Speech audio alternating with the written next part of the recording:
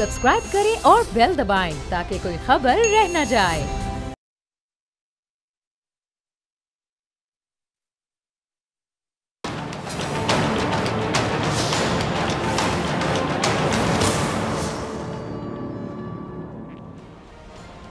अस्सलामुअलैकुम नाजरीन, मैं हूं डॉक्टर फ़िज़ा अकबर खान और मैं हूं पाकिस्तान और आप देख रहे हैं पाकिस्तान के सबसे बड़े न्यूज़ चैनल का नंबर 1 प्रोग्राम ऐसे नहीं चलेगा। ना बुजुर्गों के ख्वाबों की ताबीर हूं, ना मैं जन्नत से अब कोई तस्वीर हूं, जिसको मिल करके सदियों से लूटा गया मैं वो उजड़ी हुई एक जागीर हूं। हाँ मैं कश्मीर हूं, हाँ मैं कश्मीर हूं। मकबूजा कश्मीर में कर्फ्यू को एक महीना मुकम्मल हो चुका है।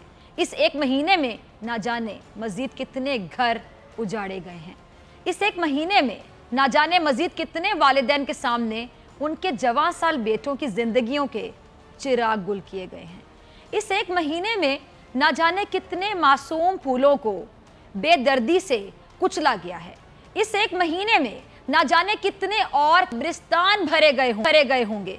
इस एक महीने में ना जाने मजीद कितनी इज्तिमाई कब्रें भी बनाई गई होंगी। इस एक महीने में ना जाने जुल्म करने के मजीद कितने नए तरीके भी ऐजाद किए गए होंगे।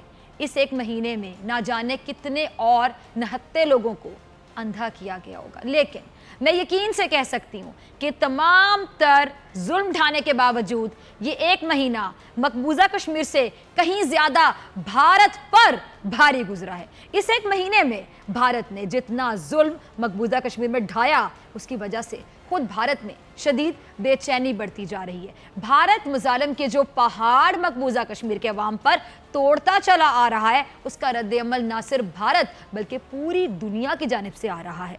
जो मुल्क खुद को नाजरीन दुनिया की सबसे बड़ी जमहूरी रियासत कहलवाता है, वो खुद एक ऐसे नज़रिए की नज़र होता हुआ दिखाई दे रहा है जिसके तहत सिवाय एक मखसूस तबके के भारत में किसी भी दूसरे तबके को जीने का हक नहीं है। भारत एक ऐसा मुआशरा बनता जा रहा है जहां हर जानिब वहशत ही वहशत है, जहां खाना खाने पर मार दिया जाता है, जहां इख्तलाफ करने पर मार दिया जाता है। लेकिन तारीख गवाह है कि हक की आवाज़ को कभी जुल्म और जबर के जरिए ना दबाया जा सका है और ना दबाया जा सकेगा। ये जो महीना है जिसे हम मुहर्रम के नाम से जानते हैं, इसी महीने में वो तारीख रकम हुई थी जब हक ने बातिल पर फतह पाई थी, जब एक कलील तादाद ने भारी अक्सरियत को शिकस्त दे दी थी, जब हक के अलंबरदारों ने अपना खून देकर, अपनी जिंदगियां देकर, अपने बच्चे कुर्बान करके, खुद को हक पर कुर्बान करके बातिल को हमेशा के लिए बेनकाब कर दिया था। वो भी एक जंग थी नजरिए के खिलाफ। आज भी एक जंग जारी है एक नजरिए के खिलाफ। करबला में भी एक नजरिया था जालिम का, और करबला में तारीख की वो जंग हुई जिसमें खून ने तलवार पर फतह हासिल की। आज भी एक यजीद, सही सुना, यजीद मजलूमों के खिलाफ पूरी ताकत का इस्तेमाल कर रहा है। आज भी एक जालिम एक नजरिए की परस्तिश में इतना आगे निकल गया कि उसको ये अंदाजा नहीं हो रहा कि वो अपने हाथों अपनी कब्र खोद रहा है। आज भी वो नजरिया भारत में फैल चुका है जो पूरे भारत में आग लगाने के लिए काफी है। आपको दिखाते हैं इसकी एक झलक। ये जरा पहला क्लिप चलाइएगा रजा। मुसलमान भारत में एक बहुत बड़ी तादाद में रहते हैं और ये खुलेआम अपने जलसों जुलूसों में मुसलमानों के कत्लेआम का ना सिर्फ मंसूबा बना रहे हैं बल्कि दूसरे इंतहा पसंद हिंदुओं को भी ये तरगीब दे रहे हैं। इस हिंदुत्वा नजरिए ने ही पूरे भारत को एक ऐसी खाई में धकेलना शुरू कर दिया जिससे बाहर आना खुद भारत के लिए नामुमकिन हो जाएगा। इस हिंदुत्वा नजरिए को फैलाने वाले कोई और नहीं, खुद भारतीय हुकूमत के लोग हैं। जरा देखिए। अच्छा नाज़रीन, आपने देखा ये वो सोच है जो भारत में सरायत करती जा रही है। ये वो शख्स जिसे मोदी का लाडला वजीर माना जाता है। ये वो शख्स था जिसको मोदी ने वजीर आला बनाया। किसी भी सूबे के वजीर आला का काम आखिर क्या होता है, मैं आपसे पूछती हूँ। अपने अवाम को बिला तफरीक इंसाफ दे, कानून की पासदारी को यकीनी बनाए। लेकिन भारत में एक सूबे का वजीर आला अपने अवाम को, अपनी जनता को ये तरगीब दे रहा है कि मुसलमानों का कत्लेआम कैसे किया जाए। इसी नजरिए के साथ नरेंद्र मोदी मकबूजा कश्मीर पहुंचा। मकबूजा कश्मीर में मोदी ने इसी नजरिए को फरोग देने की कोशिश की और इसी नजरिए के तहत मकबूजा कश्मीर में इंतहा पसंद हिंदुओं को आबाद करने का बाकायदा मंसूबा बनाया गया। लेकिन ताकि अगर मकबूजा कश्मीर को दूसरा ये फलस्तीन बनाने का मंसूबा रखते थे ताकि ये उस मंसूबे में कामयाब हो सके, लेकिन मोदी की ये कोशिश किसी तौर, किसी सूरत, किसी भी हालत में कामयाब नहीं हो सकती, इसलिए कि जुल्म फिर जुल्म है, बढ़ता है तो मिट जाता है। जुल्म के जरिए वक्ती कामयाबी जरूर मिल सकती है, लेकिन वो कामयाबी महज एक ऐसा ख्वाब होती है जिसकी कोई ताबीर नहीं होती। जुल्म कहीं भी हो, जुल्म के खिलाफ आवाज हक बुलंद करना हर इंसान पर फर्ज हो जाता है। मकबूजा कश्मीर पर पूरी दुनिया सोई रही, मकबूजा कश्मीर के मामले पर पूरी दुनिया खामोश तमाशाई बनी रही, लेकिन आज मकबूजा कश्मीर पर पूरी दुनिया बात कर रही। भारत से कई ममालिक के मजबूत तजारती ताल्लुकात हैं, जिसकी वजह से शायद वो ममालिक मकबूजा कश्मीर के मामले पर आगे नहीं आना चाह रहे, लेकिन आज मकबूजा का कश्मीर की आवाज़ पूरी दुनिया में गूंज रही है। BBC, CNN, वॉशिंगटन टाइम और वॉइस ऑफ अमेरिका समेत दीगर कई आलमी इदारे ऐसे हैं जो भारत के मुजालिम पर अब चीखते हुए दिखाई दे रहे हैं। कुछ फैक्ट्स आपके साथ शेयर करना चाहूँगी। BBC क्या कहता है जी? BBC ने बताया कि खुसूसी हैसियत ख़त्म करने के बाद भारतीय सिक्योरिटी फोर्सेस ने लोगों को घरों में घुसकर गिरफ्तार किया और बदतरीन तशद्दुद का निशाना बनाया, ऐसा कहना है BBC का। आगे चलते हैं। अमरीकी अखबार वॉशिंगटन पोस्ट ने अपनी ताज़ा इशात में आबदीदा बाप की कहानी शाया की, जिसके मासूम बच्चे को काबिज भारतीय फोर्सेस ने हिरासत में लिया है। और सुनिए, वॉइस ऑफ अमेरिका ने अपनी रिपोर्ट में बताया कि श्रीनगर के कई इलाकों में सूरत हाल मखदूश है। आर्टिकल 370 की मनसूखी के फैसले के खिलाफ लोगों में शदीद गुस्सा पाया जाता है। वादी में तमाम कारोबारी सरगर्मियां मुअत्तल हैं, लोग महसूर हैं और सड़कों से पब्लिक ट्रांसपोर्ट तक गायब हो चुकी है। आगे सुनिए, अरब टीवी चैनल जो अल जजीरा है, काफ़ी मशहूर चैनल, अल जजीरा के कहते हैं कि मकबूजा वादी में झूठ के पर्दे के पीछे कश्मीरी अवाम पैलेट गन्स और सख्त पाबंदियों से लड़ रहे हैं। ये तमाम जो इदारे हैं, क्या ये पाकिस्तानी हैं? क्या ये कश्मीर में है? नहीं, ये वो इदारे हैं जो एक अरसे तक हमने देखा कि मकबूजा कश्मीर में जो जारी जुल्म है, बर्बरियत है, उस पर खामोश तमाशाई बने रहे। 70 सालों में इन अखबारात में बहुत कम मकबूजा कश्मीर पर कोई बात हुई, लेकिन आज ये इदारे भी मकबूजा कश्मीर का मुकदमा लड़ने पर इसलिए मजबूर हैं कि अगर आज ये ना बोले तो फिर एक आम आदमी इनको इनके ना सिर्फ जानिबदार होने पर यकीन हो जाएगा, बल्कि इनके एजेंडे का भी एक आम आदमी को पता चल जाएगा, इनके मुफादात का भी यकीनी तौर पे मालूम हो जाएगा। क्योंकि नाजरीन, मुआशरा कोई भी हो, जुल्म किसी मुआशरे में काबिल कबूल नहीं होता। कुफर का मुआशरा चल सकता है, जुल्म का मुआशरा नहीं चल सकता। जुल्म कहीं भी होगा, मुजम्मत की जाएगी। जुल्म किसी पर भी होगा, उसको मजलूम ही कहा जाएगा। जुल्म किसी भी हाल में, किसी भी शक्ल में जुल्म ही कहलवाएगा। और इस जुल्म का खात्मा सबसे पहले हमें अपने मुआशरे से करना होगा। अच्छा, मैं बहुत अफसोस के साथ यहाँ कहूँगी कि एक जानिब हम मकबूजा कश्मीरियों में जो भारतीय मुजालिम है, इसके लिए एक आवाज़ तो होते हैं, लेकिन अपने मुआशरे में जो जुल्म किया जाता है उसके खिलाफ एक होने में हम अक्सर देर कर देते हैं। रियासत एक माँ होती है, रियासत की जिम्मेदारी होती है कि वो अपने अंदर रहने वाले हर फर्द की जान और माल के तहफ़्फ़ुज़ को यकीनी बनाए, इंसाफ फराम करे। आज एक बार फिर हमारे मुआशरे के कानून और इंसाफ पर एक बार फिर सवालिया निशान लग गया। ये सवालिया निशान ना सिर्फ कानून और इंसाफ पर लगा, बल्कि मुझ पर और आप पर लगा। अभी एक मासूम बच्चे रेहान की कब्र की मट्टी नहीं सूखी थी कि इसी मुआशरे में हमें कानून के हाथों कत्ल होता हुआ एक और मजलूम मिल गया। रेहान को किसने मारा था, ये अभी तक सवाल। इस मुआशरे ने, इस मुआशरे की बेहिसी ने रेहान की मौत के जिम्मेदार सिर्फ वो लोग नहीं थे जिन्होंने उस पर तशद्दुद किया था, बल्कि मैं और आप यानी हम थे। ये मुआशरा था, इस मुआशरे में रहने वाला हर फर्द था, इस मुआशरे में नाफिज कानून भी था, क्योंकि रेहान पर तशद्दुद करने वालों को इतनी जुर्रत ही इस मुआशरे के कमज़ोर कानून की वजह से थी। वो बच्चा जो 6,000 रुपये चुराता हुआ पकड़ा गया था, नहीं जानता था कि वो 6,000 उसके कफन और दफन के इंतजाम में खर्च होने जा रहा है। और रेहान के बाद बारी आई सलाहुद्दीन की। एक वीडियो वायरल होती है नाजरीन, जिसमें एक शख्स ATM मशीन के साथ जोर आजमाई करता हुआ देखा गया और उस शख्स ने ATM मशीन को तोड़ा, उससे अपना ATM कार्ड निकाला, CCTV कैमरे की तरफ देखकर मुंह चढ़ाया और अपना ATM कार्ड जेब में रखकर चला गया। उस शख्स का नाम सलाहुद्दीन था, जिसे पंजाब पुलिस ने हिरासत में लिया और दौरान तफ्तीश सलाहुद्दीन जाँ बहक हो गया। सलाहुद्दीन के वालिद ने बताया कि उनका बेटा ज़हनी तौर पर माजूर था और इसीलिए उन्होंने उसके हाथ पर घर का एड्रेस आके जिससे वो मिले उससे वो घर छोड़ जाए। वो सलाहुद्दीन जो ज़हनी तौर पर माजूर था, वो हमारे मुआशरे की माजूरी किस तरह बता गया।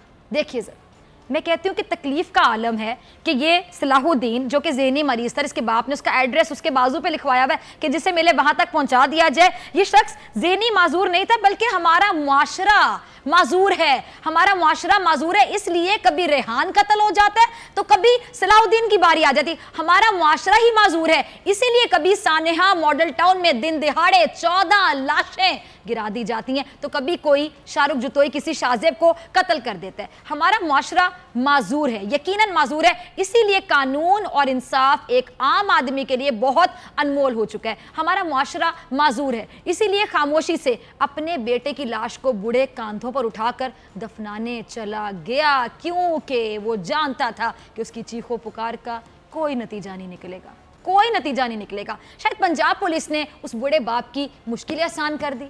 कब तक वो अपने ज़हनी माजूर बेटे को ढूंढता फिरता, एक ही बार दफना कर आ गया। अब ना उस बाप को अपने बेटे के हाथ पर घर का एड्रेस लिखने की जरूरत पड़ेगी, ना उसका इंतजार करना पड़ेगा, क्योंकि अब तो सलाहुद्दीन का बाप जब चाहेगा अपने बेटे से कब्रिस्तान में जाकर मिल लिया करेगा। पंजाब पुलिस का ये कारनामा है, पंजाब पुलिस मुबारकबाद की मुस्तहिक है, पंजाब पुलिस खिराजे तहसीन की मुस्तहिक है। और इस खिराजे तहसीन को पेश करते हुए मेरा एक छोटा सा सवाल है इसी पंजाब पुलिस से, ये वर्दी क्यों पहनते हो आप लोग? ये वर्दी रियासत आपको क्यों देती है? इसलिए देती है कि जब मुझ जैसा आम शहरी किसी मुश्किल में हो और आप रियासत की दी हुई ये पुलिस की वर्दी पहनकर मेरे सामने आओ तो मैं खुद को महफूज तसव्वुर करूं। ये रियासत आपको ये पुलिस की वर्दी इसलिए देती है कि जब कहीं आप किसी शहरी को मुश्किल में देखो तो उसकी मुश्किल आसान कर दो। इस रियासत ने ये पुलिस की वर्दी आपको इसलिए दी कि अगर आप किसी कमज़ोर पर जुल्म होता हुआ देखो तो जुल्म करने वाले के हाथ तोड़ सको। ये रियासत आपको ये पुलिस की वर्दी इसलिए देती है कि जब आप किसी के साथ नाइंसाफ़ी होते हुए देखो तो उसकी मदद कर सको। क्या आप लोग इस वर्दी का हक अदा कर रहे हो? मैं आपसे पूछती हूँ, क्या आप लोग इस पुलिस की वर्दी के साथ इंसाफ कर रहे हो? और कितने सवाल आप इस पुलिस की वर्दी पर लगाओगे? मेरा एक सवाल अपने वज़ीर आज़म से भी है। इमरान खान साहब तो इसी पुलिस की वर्दी की अहमियत को बहाल करने का क्रेडिट लेते रहे ना। याद होगा आपको, खैबर पख्तूनख्वा में पुलिस रिफॉर्म्स को इंतखाबात में बाकायदा कैश करवाते रहे और इंतखाबात से पहले पंजाब पुलिस के बारे में क्या कुछ फरमाते रहे थे हमारे वज़ीर आज़म जब वो वज़ीर आज़म नहीं थे। ये ज़रा क्लिप चलाइएगा रज़ा जी। तो इमरान खान साहब, मैं आपसे मुखातिब हूँ, अब हम हमारे वज़ीर आज़म बन चुके हैं। वज़ीर आज़म बनने से पहले आपने बहुत बातें की, बहुत माज़रत के साथ आपसे जानना चाहूँगी इमरान खान साहब, अब क्या पंजाब जो है वो शहबाज शरीफ साहब के पास है? नहीं है, अब पंजाब शहबाज शरीफ के पास नहीं है ना, हमजा शहबाज के पास है। अब तो पंजाब पुलिस भी आपकी है। आपने तो पंजाब पुलिस में रिफॉर्म्स का वादा किया था, लेकिन वो नासिर दुरानी जिन्होंने खैबर पख्तूनख्वा की पुलिस रिफॉर्म्स में एक बेहतरीन किरदार अदा किया था, उनको जब पंजाब लाया गया तो उन्होंने इस्तीफा दे दिया। आज तक ये मामला हल नहीं हो सका, इस राज से पर्दा नहीं उठाया जा सका कि आखिर क्यों दे दिया इस्तीफा। वो तो चेंज करने लगे थे पंजाब में भी पुलिस को, और इस्तीफा देने की वजह उन्होंने तो नहीं बताई, लेकिन जिस तरह पंजाब के वजीर कानून राजा बिशारत लोगों को धमकियां लगाते नजर आ रहे हैं, जिस तरह वो कानूनी मामलात को देखते रहे, इससे अच्छी तरह अंदाजा हो गया कि नासिर दुरानी साहब ने इस्तीफा क्यों दिया था। इमरान खान साहब, अब तो आपकी हुकूमत है ना, अब तो ये रियासत मदीना का मॉडल बनने जा रही है। अब होना तो ये चाहिए था कि एक गरीब खुद को अमीर जितना ही महफूज तस्वुर करता, अब होना ये चाहिए था कि एक आम आदमी ही सबसे ख़ास होता। अब होना तो ये चाहिए था कि कानून हर ख़ास व आम के लिए बराबर होता। लेकिन हो क्या रहा है खान साहब, आज भी एक जहनी माजूर आपको बता गया कि आपका कानून ही माजूर है। ये कानून कमजोरियों को मारता है और अमीरों के आगे सर झुकाता है। जो 6000 चुराए उसे आप कब्रिस्तान पहुंचा दो, जो एटीएम से कार्ड निकाले उसको आप लोग कब्रिस्तान पहुंचा दो, और जो अरबों चोरी करे वो जेल में हो या जेल से बाहर हो हर सहूलत इंजॉय करे। जो कौम के पैसे खाए वो मुजरिम भी हो तो ऐसा कि उसकी हिफाजत आपका कानून खुद करे। जो कौम के बच्चे को मकरूज कर दे वो पेशियों पर भी आए तो पूरे लाओ लश्कर के साथ आए। कानून के दोहरे मयार, ये डबल स्टैंडर्ड्स आखिर कब तक रहेंगे खान साहब? कब ये हुक्मरान एक गरीब और आम आदमी को तहफ्फुज देने में कामयाब हो सकेंगे? वो वक्त कब आएगा जब एक आम आदमी किसी पुलिस वाले को देखकर खौफ महसूस ना करे? कब आएगा ऐसा वक्त जब ये पुलिस की वर्दी लोगों के लिए सुकून की अलामत बन सके? नकीबुल्लाह का कत्ल हुआ, उसका नतीजा क्या निकला याद है आपको? कौन था जिम्मेदार? Who was responsible? किसने मारा, क्यों मारा, किसको सजा मिलेगी? आज भी नकीबुल्लाह का बाप इंसाफ का तलबगार है। आज भी नकीबुल्लाह के वालिद को ये इंतज़ार है कि कब नकीब को मारने वाले इंसाफ के कटहरे में होंगे और अपने किए की सज़ा पाएंगे। आज भी सानेहा मॉडल टाउन के लवाहिकीन इस इंतज़ार में हैं कि कब उनके प्यारों को मारने वालों को सज़ा दी जाएगी। और अब इस जहनी माजूर सलाहुद्दीन का बूढ़ा बाप, हम अगर अपने ही लोगों को तहफ़्फ़ुज़ ना दे सके तो फिर हुकूमत किस काम की? जो कानून नाफिज करने वाले इदारे अपने ही लोगों में खौफ और दहशत फैलाने लगे तो किस काम के हैं ऐसे इदारे? जब जब जुल्म होगा सवाल उठेगा, लाजमी उठेगा। जालिम कहीं भी हो सवाल वहीं से उठेगा। हमें अपने मुआशरे से इस नासूर का खात्मा करना होगा। खान साहब, इमरान खान साहब, ये कौम आपकी जिम्मेदारी है। आप रियासत मदीना की मिसाल देते हैं। हजरत उमर ने क्या फरमाया था? वो फरमाते थे कि फरात के किनारे कुत्ता भी मर गया तो उसका जिम्मेदार उमर होगा। आपके मुल्क में तो इंसान मर रहे हैं और सॉरी टू से बेकसूर इंसान मारे, इनका कसूर क्या है? आपने जितने वादे किए थे इस कौम से, ये कौम तो अपने माजी के दुखों का मुदावा भी आपसे ही चाहती है। लेकिन आपके नए पाकिस्तान में सॉरी टू से अगर कानून नाफिज करने वाले इदारों के मुंह पर सलाहुद्दीन की मौत का दाग लगेगा तो फिर खान साहब सवाल तो उठेंगे। कल जो हुक्मरान थे उन्होंने अपनी अवाम को कीड़े मकोड़ों की तरह समझा। किसी गरीब का बच्चा किसी अमीर के काफिले की गाड़ी से टकराकर मर गया तो अमीर के दरबारी उसे शहीद करार देते रहे, ये जमहूरियत का शहीद है। किसी अमीर के एक इशारे पर 14 गरीब लोग मार दिए गए और उनका कोई पुरसाने हाल नहीं था। किसी अमीर के काफिले की वजह से कोई बाप अपनी बच्ची को हॉस्पिटल ना लेकर जा सका और उसकी बच्ची मर गई, बाप के सामने दम तोड़ गई, उस पर कोई सवाल ना कर सका। किसी गरीब के बेटे को जाली एनकाउंटर में मारा जा चुका, दहशतगर्द करार दे दिया गया, एनकाउंटर में मार दिया जी, और वो गरीब बाप अपनी उम्र भर की कमाई को अपने ही हाथों से दफना कर आ गया कब्रिस्तान में। कोई पूछने वाला ना था। किसी गरीब का बच्चा चंद रुपयों की चोरी के इल्जाम में अपनी तमाम ख्वाहिशों, ख्वाबों और हसरतों के साथ मट्टी तले दफन हो गया। कोई कुछ कहने वाला ना था और एक जहनी माजूर आपके कानून की माजूरी का मातम करते करते दुनिया से रुखसत हो गया। कोई पूछने वाला नहीं है। सवाल यह कि ऐसा कब तक चलेगा? और इस सवाल का जवाब खान साहब, वजीर आजम पाकिस्तान, अब आपने देना है, क्योंकि यह है नया पाकिस्तान। ब्रेक का वक्त, नाज़रीन ब्रेक के बाद आएंगे और हमारी एक्सक्लूसिव स्टोरी, बड़ी खबर जो कि शेयर करेंगे हमारे खुसूसी नुमाइंदे सदीक जान।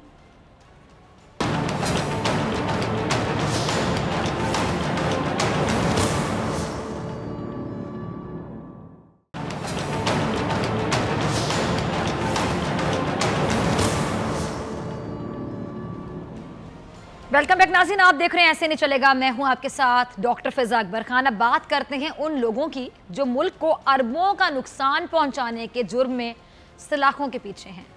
उन लोगों की बात करते हैं जिन लोगों की वजह से इस माशरे में ऐसा निज़ाम बनाया गया जिसमें जो शख्स जितनी बड़ी चोरी के इल्ज़ाम में मुलविस पाया जाता है वो उतना बड़ा ही लीडर समझा जाता है।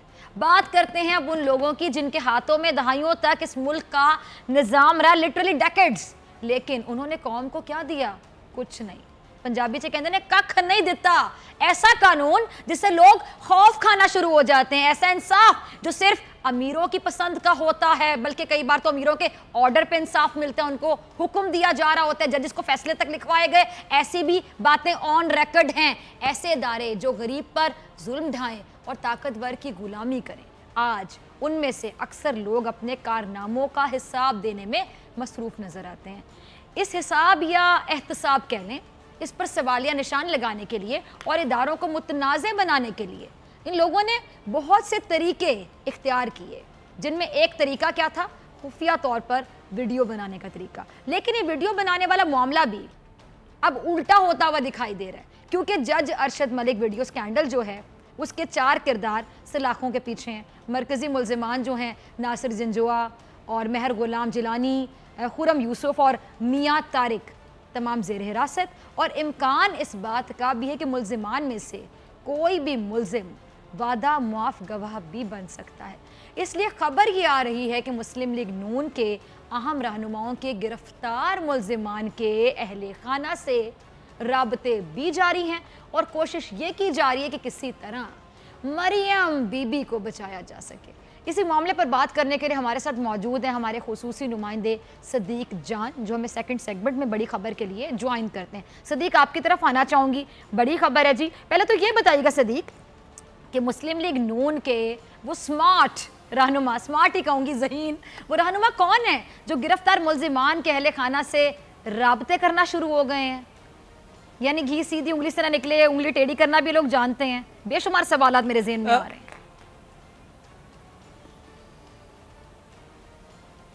जी बिल्कुल, असल में होता यह है कि जब हमें कोई हमारा सोर्स खबर देता है तो हमें कुछ लोगों के नाम जो हैं वो सीधा राज में रखने पड़ते हैं, लेकिन इस वक्त मुस्लिम लीग नून के लिए बड़ा मुश्किल वक्त है। उसकी वजह यह है कि ये जो वीडियो स्कैंडल था इसके 4 किरदार तो गिरफ्तार हो चुके हैं, 2 किरदार इनमें से भागे हुए हैं, जिसमें एक नासिर भट्ट है और एक मियाँ रज़ा है, वो पाकिस्तान से फरार हो चुके हैं। लेकिन अब मुस्लिम लीग नून के लिए परेशानी का मसला यह है और उनके लिए इस वक्त मरहला परेशानी का यह है कि इन 4 गिरफ्तार लोगों में से, मुल्ज़मान में से किसी एक ने भी अगर सच बता दिया तो उसके बाद मरियम नवाज का बचना मुश्किल ही नहीं नामुमकिन हो जाएगा। उसकी वजह यह है कि जब ये प्रेस कॉन्फ्रेंस मरियम नवाज ने की और उसके बाद जब ये मामला एफआई के पास गया और एफआई ने उनसे सवाल पूछे तो उन्होंने इसको डिसऑन कर दिया। उन्होंने कहा मेरा इस वीडियो बनने से कोई तल्लुक नहीं है, ये तो नासिर भट्ट ने वीडियो बनवाई, नासिर भट्ट के आगे कुछ दोस्त थे, उन्होंने ये रिकॉर्ड की और उसके बाद ये वीडियो मेरे तक आई, मैंने तो जस्ट प्रेस कॉन्फ्रेंस की है। अब वो लोग जो गिरफ्तार हो चुके हैं वो ये देख रहे हैं कि एक तो हमने शरीफ खानदान पे एहसान किया, लेकिन इन्होंने हमें हमारे एहसान का बदला क्या दिया कि खुद तो डिसऑन कर दिया और जो 2 लोग थे उनको पाकिस्तान से फरार करवा दिया। लेकिन वो 4 लोग गिरफ्तार हो गए हैं जो कि सारे मामले में सहूलतकार थे। एक मियाँ तारिक जो कि 2000 में जब ये जज अरशद मलिक वहाँ पर तैनात थे मुल्तान के अंदर, वहाँ जो इनकी गैर अखलाकी वीडियो बनाई गई और उसके बाद फिर जिसको बेची गई, जिसने खरीदी, वो भी पाकिस्तान से भाग गया है। फिर इन 3 किरदारों के पीछे जो शख्स था नासिर भट्ट, जिसने इन सबसे ये सब कुछ कराया, वो भी पाकिस्तान से फरार हो चुका है। ये लोग उनके सहूलतकार थे।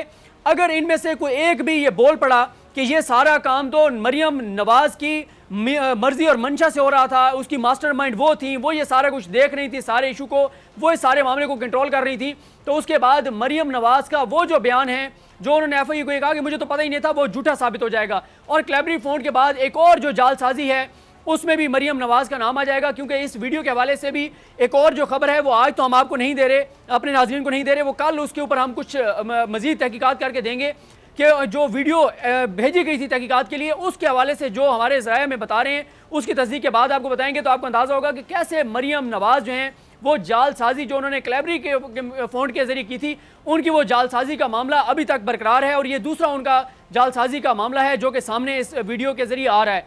अब नून लीग के लोग ये कोशिश कर रहे हैं, उनके अहले खाना से रब्ते कर रहे हैं जो लोग गिरफ्तार हुए हैं, कि उनको कहें कि हम मामला कंट्रोल कर लेंगे, कुछ देर वो जेल में रहें वो, लेकिन वो उन लोगों के नाम मत लें जिनको बचाना चाहती है मुस्लिम लीग नून, और उनमें से एक जो बड़ा नाम है वो मरियम नवाज हैं। उसकी वजह यह है कि मरियम नवाज ही मास्टरमाइंड थी सबकी, मरियम नवाज के अलावा पार्टी में किसी को नहीं पता था। और अब नून लीग के लोग एफआईए को, जब शहबाज शरीफ साहब ये कहते हैं कि मुझे तो पता ही नहीं था, मुझे तो मेरी भतीजी ने चंद घंटे पहले बताया कि ये वीडियो है, एहसन इकबाल, ख्वाजा आसिफ, शाहिद खान अब्बासी, राना तनवीर, परवेज रशीद, सारे के सारे डिसऑन कर रहे हैं। वो कहते हैं हमें तो पता ही नहीं है, जो पता था वो मरियम नवाज को पता था। और मरियम नवाज क्या कहती है, वो कहती है मुझे तो पता ही नहीं है ये वीडियो कैसे रिकॉर्ड हुई। तो अब इन 4 गिरफ्तार लोगों में से अगर कोई एक भी वादा माफ गवाह बन गया तो ये सारे का सारा मामला अब जाएगा मरियम नवाज की तरफ, और फिर मरियम नवाज को बचाना मुश्किल हो जाएगा। इसलिए अब नून लीग के कुछ अहम लोग राब्ते कर रहे हैं गिरफ्तार लोगों के अहले खाना से, और उन्हें कह रहे हैं कि आप उन्हें ये कहें, उन्हें पैगाम दें जेल के अंदर, आप उनको जो तहकीकाती इदारों के पास हैं उनसे मुलाकात कीजिए और उनको हमारा ये पैगाम दें कि हम संभाल लेंगे, आप परेशान मत हों, आप टेंशन मत लें, लेकिन मरियम नवाज का नाम मत लें। लेकिन हमें नहीं लगता कि वो मरियम नवाज का नाम नहीं लेंगे या उन लोगों का नाम नहीं लेंगे जो इस सारे के मास्टरमाइंड थे, क्योंकि एक तो जैसे मैंने बताया उन्होंने इन पे एहसान किया, उस एहसान का बदला क्या मिला? मियां तारिक को जो 1 करोड़ 30 लाख का चेक दिया गया वो बाउंस हो गया, जो गाड़ी दी गई उसका चेसिस नंबर, उसका इंजन वो टेम्पर्ड था। शरीफ खानदान पे जब भी कोई एहसान करता है उसका एहसान का बदला हमेशा ये एहसान फरामोशी के साथ और इस तरह की चीज़ों से देते हैं, जिस तरह इन 4 लोगों को एहसान का बदला दिया गया है कि उनको गिरफ्तार करा दिया और खुद डिसऑन कर दिया सारे मामले को। तो ये एक इस केस में लगता है कि अगले चंद दिनों में अहम मोड़ आने वाले हैं इसके। अगर ये ठीक आप कंप्लीट करें फिर मैं दूसरा सवाल पूछती हूँ जी। अहम मोड़ आने वाले हैं, मैं ये अहम मोड़ 2 आने वाले हैं। एक तो ये आने वाला है कि जब इन गिरफ्तार 4 लोगों से तहकीकात होंगी और ये जिन लोगों के नाम लेंगे उनसे दोबारा तहकीकात होंगी, या ये अगर कह देते हैं कि हमें तो पता ही नहीं था और मरियम, तो फिर उसके बाद दोबारा जो दीगर एक्यूज्ड हैं, जो दीगर मुल्ज़मान हैं, उनको नोटिस जारी किए जाएंगे, उनसे तहकीकात की जाएंगी, और अगर इनके साथ इनसे पूछ-गुछ में कुछ चीज़ें ऐसी ठोस शवाहिद मिलते हैं तो फिर मरियम नवाज को इस केस में भी गिरफ्तार कर लिया जाएगा। पहले वो चौधरी शुगर मिल्स में गिरफ्तार हैं, फिर इस केस में भी वो गिरफ्तार हो जाएंगी। और दूसरा जो इसमें है, जो वीडियो के हवाले से चीज़ें आ रही हैं, वो जैसे मैंने वो कहा कि हम कल तक उसके ऊपर मजीद तहकीकात कर लें, उस हवाले से जो चीज़ें आ रही हैं वो भी ऐसी हमें इतलात मिल रही हैं, हमारे ज़राए बता रहे हैं कि वो जो वीडियो भेजी गई थी फोरेंसिक के लिए, उसकी जो रिपोर्ट के हवाले से दावे हमारे ज़राए कर रहे हैं, उसके मुताबिक भी मुस्लिम लीग नून के लोगों के लिए इंतहाई मुश्किलात खड़ी होने वाली हैं। अब देखते हैं कि अगले चंद दिनों में कब ये दोनों चीज़ें होती हैं, लेकिन ये चीज़ें हमें बहुत करीब नज़र आ रही हैं। उसकी वजह यह है कि सुप्रीम कोर्ट के फैसले को 2 हफ्ते होने को हैं और सुप्रीम कोर्ट ने ये जो मामला है सारा तहकीकाती इदारों पर छोड़ दिया था, हुकूमती इदारों पर छोड़ दिया था। अब मामला हुकूमती इदारों के पास है, देखते हैं कि वो कितनी जल्दी इस इतने बड़े स्कैंडल को अपने मंतकी अंजाम तक पहुँचाते हैं। ठीक है जी, अगर इनमें से कोई भी गवाही दे देता है या फिर वादा माफ गवाह बन जाता है, जिनके अहले खाना से बाकायदा राब्ते किए जा रहे हैं नून लीग की जानिब से कि किसी तरह मरियम बीबी को बचा लिया जाए, तो मरियम के खिलाफ घेरा तंग होता दिखाई देता है, मरियम के गिर्द घेरा बहुत तंग होता दिखाई देता है। सिद्दीक जान आपको अच्छा मैं ये जानना चाहूंगी, मरियम ने तो यहाँ तक तड़ी कहेंगे ना पंजाबी में, तड़ी तक लगा दी थी कि मेरे पास तो और भी वीडियोज हैं। इतना कॉन्फिडेंस इस बीबी में आता कहाँ से कि झूठ पे झूठ, झूठ पे झूठ बोलती हैं? देखें, उनमें कॉन्फिडेंस इसलिए ये था कि उन्हें वो ये समझती थी कि वो ये सब कुछ करेंगी, उसके बाद उन्हें कोई नहीं पूछेगा, उनको नहीं पूछा जा सकता। वो अभी तक उस फेज से शायद बाहर नहीं आई थी जो वो किसी दौर में बैठ के वज़ीर-ए-आज़म हाउस में मीडिया सेल चलाती थी, वहाँ से वो पाकिस्तानी फ़ौज के खिलाफ साजिशें करती थी, उनको पाकिस्तान की फ़ौज को गालियाँ पढ़वाती थी, उनके खिलाफ नेगेटिव ट्वीट्स करवाती थी, उनके खिलाफ ट्रेंड्स बनवाती थी। शायद वो भी उसी फेज़ में थी कि मेरे वालिद साहब वज़ीर-ए-आज़म हैं, आज भी हमारी बादशाहत कायम है, आज भी हमारी हुक्मरानी है। और वो ये समझती थी कि उन्होंने पाकिस्तान के इदारों को इतना कमज़ोर कर दिया था, इतना करप्ट कर दिया था कि वो ये समझती थी कि हमें तो कभी कोई पकड़ ही नहीं सकता, हमें तो कोई पूछ नहीं सकता।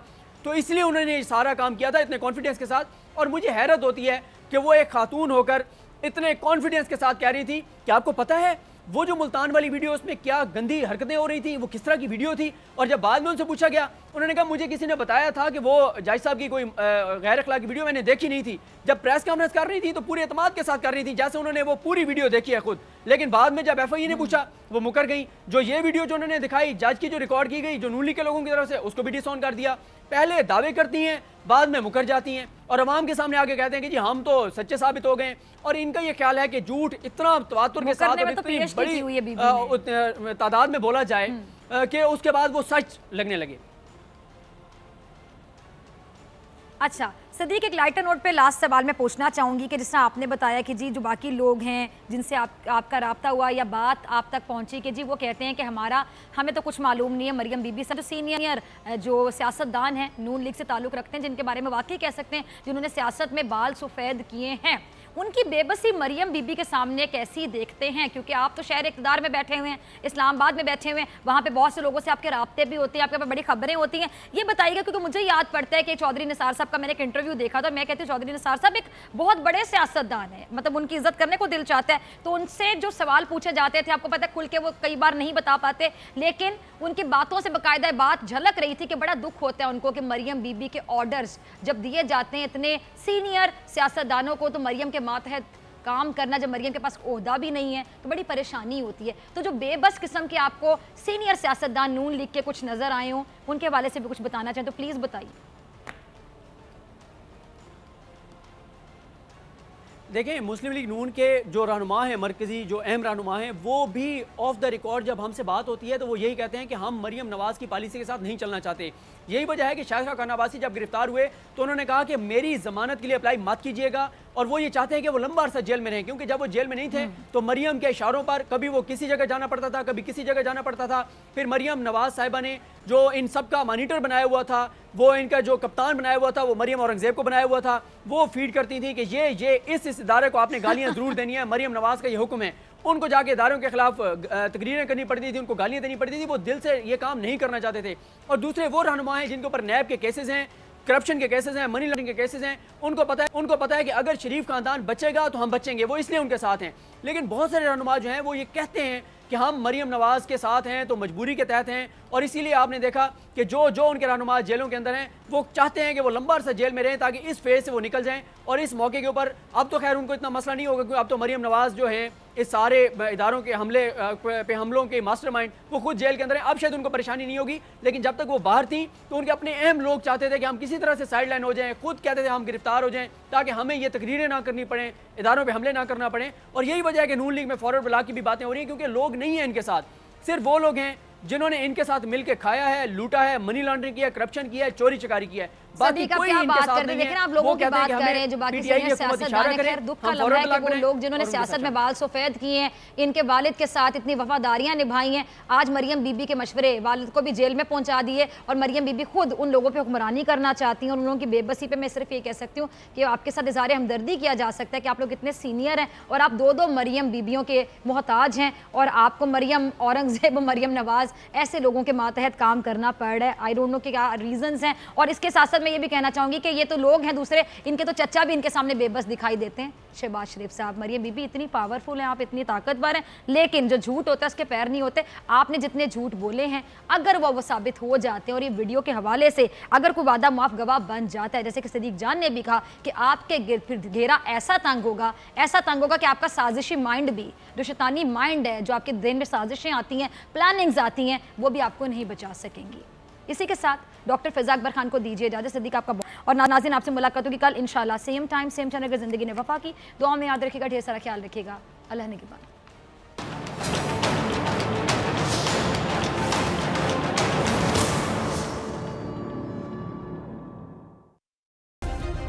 सब्सक्राइब करें और बेल दबाएं ताकि कोई खबर रह न जाए।